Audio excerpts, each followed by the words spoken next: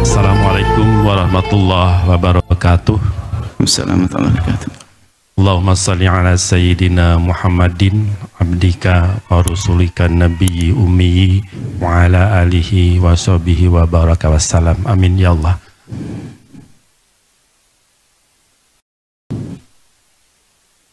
Semoga Buya dan keluarga selalu dilindungi Allah Subhanahu wa taala. Juga para ustadz, ustadzah, para pejuang di Al-Bahjah, juga hadirin semuanya, seluruh umat Rasulullah, mudah-mudahan dicintai Rasulullah. Amin ya Allah. Maaf Buya, kami bertanya itu gemetar karena memang belum biasa, memang tidak pernah biasa. Kami perkenalkan dari Bandung. Izin bertanya Buya, pertanyaan ini diawali dengan cerita teman bahwa dia itu memaksa anaknya untuk pondok di pesantren.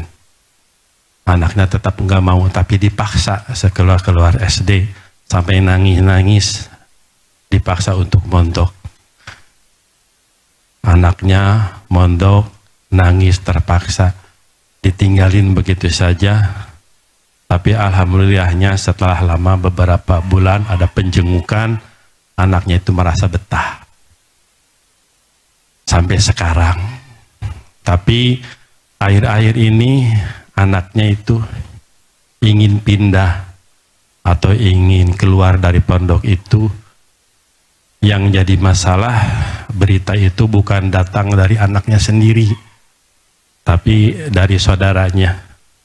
Kemudian ditanya sama bapak, kenapa nggak langsung ngomong ke bapak, kata saudara teman saya itu. Karena takut menyakiti orang tua.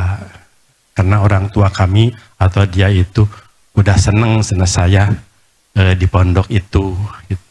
Makanya orang tua itu bingung. Yang satu ingin menghargai anaknya yang sedang pesantren karena sekarang mungkin udah dewasa. Yang satu lagi bapaknya itu sangat mencintai pondok pesantren. Yang jadi pertanyaan yang pertama, apakah dosa seorang ayah memaksa anaknya untuk pondok? Yang kedua, apa yang harus dilakukan oleh ayah itu?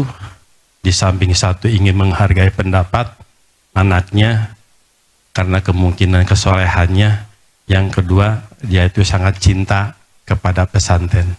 Sekian Buya, hatur nuhun. Assalamualaikum warahmatullahi wabarakatuh. Waalaikumsalam warahmatullahi wabarakatuh. Hendaknya kalau ingin menghantarkan putra atau putri ke pesantren, jangan dengan memaksa. Akan tapi paksalah dengan cara yang tidak terpaksa. Mungkin caranya bagaimana? Kita kiring dari jauh-jauh hari. Kita senangkan ke pondok pesantren. Mulai dari sering kita bercerita, kita ajari anak kita untuk bisa sambung dengan pondok, memotong uang sakunya untuk bisa sedekah ke pondok dan sebagainya. Sambungkan hatinya ke pondok jauh-jauh hari, biar masih kecil. 100 rupiah saya untuk pondok. Untuk apa Mama Umi? Karena di pondok begini-begini. Terus kita memaksa, tapi tidak terpaksa, karena dia tergiring hatinya untuk pondok pesantren. Anehnya orang tua hari ini tidak pernah diskusi tentang pondok, tiba-tiba langsung kau pergi ke pondok. Memang dia robot yang bisa diklik-klik ngadep ke sana. Dia bukan robot. Kemudian kalau selama ini mungkin sudah waktunya dia harus pondok, cuman saya sebagai orang tua lemah cara, nggak ngerti. Hanya tiba-tiba saya pengen pondok. Itu adalah dalam rangka bukan memaksa, insya Allah, dalam rangka mencoba. Artinya kalau memang tidak kerasan ya jangan dipaksain. Karena bisa jadi anak itu bukan karena tidak mau ke pondok, cuman karena tidak ngerti, tidak punya wawasan tentang pondok. Dan banyak di pondok sini yang dulu nggak mau mondok, nangis-nangis sampai hari ini suruh pulang, nggak mau, itu ada. Karena waktu tidak mau dari rumah, melihat belum tahu keadaan di pondok. Barangkali dia pernah dengar keadaan di pondok begini-begini, jadi dia takut. Setelah masuk pondok ternyata, oh nyaman, temanku baik-baik, enak. Kemudian dengan cobaan, dengan uji coba ini, kalau ternyata nanti tidak betah, kita cari sebabnya apa dan sebagainya. Kalau betul-betul tidak mau dan tidak mau, ya jangan dipaksakan. Karena dia biasanya kalau sudah anak terpaksa semacam itu, pertama memang dia bukan dipilih oleh Allah. Anda harus banyak istighfar. Kalau punya anak kok susah diantarkan, bisa saja memang banyak kesalahan-kesalahan. Berarti kesalahan orang tua yang kurang baik ini akan menjadikan anak menjadi masa depannya tidak baik. Dibawa kepada kemuliaan kok susah. Ngadep kepada Allah yang serius. Kalau anak terpaksa tidak mau, kita yang harus ngadu kepada Allah. Karena apa? Punya anak kok nggak susah diatur. Ini tuh musibah yang paling dahsyat bagi kita kan kalau punya anak tidak bisa diatur. Berarti hukuman bagi kita, keuangan, pikiran, segala macam, deg-degan hati adalah. Maka anak tersebut adalah bukan anak beruntung. Kenapa? Dari kebaikan menuju ketidakbaikan. Maka anak beruntung itu akan begitu mudah di saat dihantarkan kepada kemuliaan. Dan tiba-tiba dibikin senang oleh Allah. Di rumah, ada orang di pondok sini kaya raya bapaknya. Mau minta mobil berapa saja dikasih, bapaknya kaya raya. Rumahnya kamar sendiri, fasilitas lengkap. Masuk bersondok, bleng, kerasannya sudah melebihi dari tinggal di rumahnya. Orang tuanya sendiri bingung, kok bisa betah anak saya? Karena dipilih oleh Allah. Biarpun di pondok adalah toilet yang ngantri, tidak kok ngantri, seru katanya, seru malahan. Jadi tidak pernah memang anak yang dipilih, tapi lagi tidak dipilih ya seperti itu. Kalau sudah dipilih, kita yang banyak istighfar minta ampun kepada Allah. Karena itu adalah sebagian hukuman Allah kepada kita adalah susahnya anak diatur. Karena kita kurang baik kepada orang lain. Mungkin kita telah menyakiti anaknya orang, dolim pada anak orang, kita nggak peduli dengan anaknya orang dan seterusnya. Satu. Kemudian tiba-tiba anak sudah mulai kerasan. Sepertinya itu anak baik.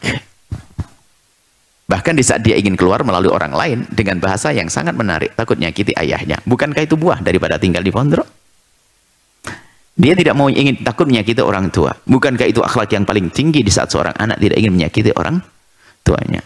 Maka dia akan bertahan di pondok sebetulnya. Hanya keinginan dulu yang pengen di luar pondok muncul lagi, itu bisikan. Lalu apa yang hendaknya dilakukan oleh orang tua? Diskusi yang serius. Cari apa sebabnya kamu tidak betah di pondok? Apa keinginanmu? Karena bisa jadi dia sebetulnya kerasan di pondok hanya karena sesuatu. Namanya pondok. Biarpun diketati dengan peraturan, nggak boleh ini, itu masih ada satu dua anak yang ganggu dan sebagainya. Mungkin dibully temennya. Mungkin diganggu yang selain. Biarpun gangguan-gangguan itu sangat kecil ada di pondok pesantren dibanding berada di luar. Cuman bedanya di luar tuh nggak ada yang mantau. Sehingga seorang anak laki-laki yang dijailin sama temennya, seorang anak perempuan yang dilecehkan oleh teman laki-lakinya, nggak ada yang berani ngomong. Tapi kalau di pondok itu kan mudah terpantau karena terbatas. Sehingga di luar seolah nggak ada masalah. Karena masalahnya tidak pernah diketahui sebagai masalah. Sehingga di pondok itu kadang sering ada masalah sedikit gampang terlihat. Karena apa? Memang masalah itu dicari. Di kampung itu tidak ada orang korengan karena nggak pernah ada dokter nyari koreng. Padahal korengan semuanya bisa saja begitu.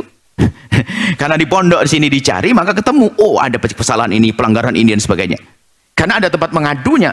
Di luar mengadu ke siapa? Seorang anak gadis dilecehkan laki-laki lain, dia nggak berani ngomong. Kalau ngomong nanti tambah rendah, tambah malu, tambah ini, macam-macam. Jadi mungkin kalau ada anak yang mula-mula betah di pondok, kemudian tidak betah, yuk kita cari solusi. Cari apa yang terjadi di dalam pondok. Mungkin ada mengganggu. Kalau terjadi, mohon maaf, gangguan-gangguan di pondok, lihat dibanding keadaan di luar. Kalau di luar, bukan sekedar besar, tapi Anda tidak memberitahu. Anda susah tahu. Kenapa? Anaknya sendiri takut memberitahu. Karena orang di luar, kalau sudah saya memberitahu ke ayahku marah kepada dia, saya nggak berani keluar rumah. Karena saya akan diancam di luar rumah. Duh, karena apa? Lebih baik seorang perempuan yang sudah diganggu oleh laki-laki, lebih baik diam daripada saya tidak bisa sekolah lagi. Kalau saya ngomong ayah saya lapor ke polisi, dia akan dendam ke saya. Loh, anak perempuan. Ketakutan di saat dilecehkan. Di luar mengerikan. Bukan kami mengatakan di luar nggak ada yang baik, akan tapi lihat penjagaannya sangat beda. Makanya kalau ada di pondok ada kesalahan 1-2, memang dicari itu agar tidak ada lagi kesalahan. Pembulian, pelecehan, ada dicari, dipantau, ada peraturan, larangan. Maka sebagai orang tua kalau menemukan anaknya sudah tidak betah di pondok, harus kita segera perhatikan. Jadi omongan anak santri, anak-anak itu jangan diabaikan, jangan ditinggal begitu saja, tapi jangan langsung ditelan mentah-mentah. Tapi untuk diskusi dengan para asatidz, kenapa? Nah, bisa jadi ada yang mengganggu. Kemudian setelah itu kalau ternyata dia punya keinginan, mungkin karena di pondok ini ada pondok tersebut tidak ada yang cita-cita saya inginkan. Saya menginginkan ini, Abah. Kita lihat diskusi kepada kiainya. Kadang ketemu gurunya, ketemu kiainya, sebentar saja selesai kisahnya. Termaksa harus pindah, itu pun dengan pindah yang baik. Minta izin, bukan semuanya sendiri, diajari dia punya adat. Tata krama pada guru sebelumnya, pindahnya kemana, tempat yang baik dan sebagainya. Seperti itu. Jadi jangan sampai tidak memperhatikan kasus-kasus semacam itu. Langsung pindah, nggak boleh. Pokoknya nggak boleh. Enggak. Kasihan, takut dia tertekan di pondok itu. Kita lacak, kita perhatikan, kemudian kita solusi. Kalau permasalahannya adalah makanan, gimana solusinya? Tempat tidur, gimana solusinya? Ada mengganggu, gimana solusinya? Ada pelajaran kurang, gimana solusinya? Begitu. Sehingga sampai anak nggak punya alasan. Kenapa ya? Iya juga sih, kenapa? Nah gitu. Kadang saya diganggu di sini. Di luar ada jaminan tidak ganggu kamu. Mikir juga, iya sih. Akhirnya bisa menarik diri dari ingin hengkang dari pondok pesantren. Itu saja insya Allah. Semoga Allah menjadikan anak-anak kita anak-anak ahli surga. Penghibur hati kita. Orang tua yang dimudahkan dalam segala urusannya. Dalam mendidik anak. Insya Allah. Apa itu? Menghargai pendapat anak. Makanya biasa menghargai pendapat anak itu tentu dengar dulu. Alasannya dulu. Anaknya pengen apa sayang. Kan begitu. Oh saya pengen begitu. Saya pengen misalnya di sebuah sekolah, saya pengen jadi dokter. Apakah di situ nggak bisa sayang? Saya pengen surga misalnya. Ditanya. Jadi menghargai itu adalah menganggap. Lalu kita buka dalam bentuk diskusi. Nggak boleh, nggak kamu. Itu nggak boleh. Apalagi anak sudah mulai berpikir, dibuka hatinya. Sehingga justru di saat dianggap, itulah dia akan menyerah. Karena sebetulnya kadang-kadang anak-anak seumur begitu tuh hanya pengen didengar. Ingin didengar oleh orang tuanya, usulan-usulannya, karena dia sudah mulai cerdas, mulai berpikir. Jadi menghargai itu bukan berarti langsung nuruti, akan tapi membuka diskusi, bisa saja mereka sendiri yang menarik diri. Ada satu orang pengen nikah. Orang tuanya melarang, gara-gara dilarang keinginannya semakin kuat. Langsung bilang ayahnya, segera nikahkan cepat. Setelah dibuka, anaknya bilang, tahun depan saja. Karena memang sebetulnya itu adalah protes rasa. Kenapa kok saya masih dianggap anak terus, nggak pernah diajak diskusi? Abahnya selalu meremehkan saya. Kadang-kadang protesnya bermacam-macam keadaan. Dia sudah mulai dewasa sebetulnya.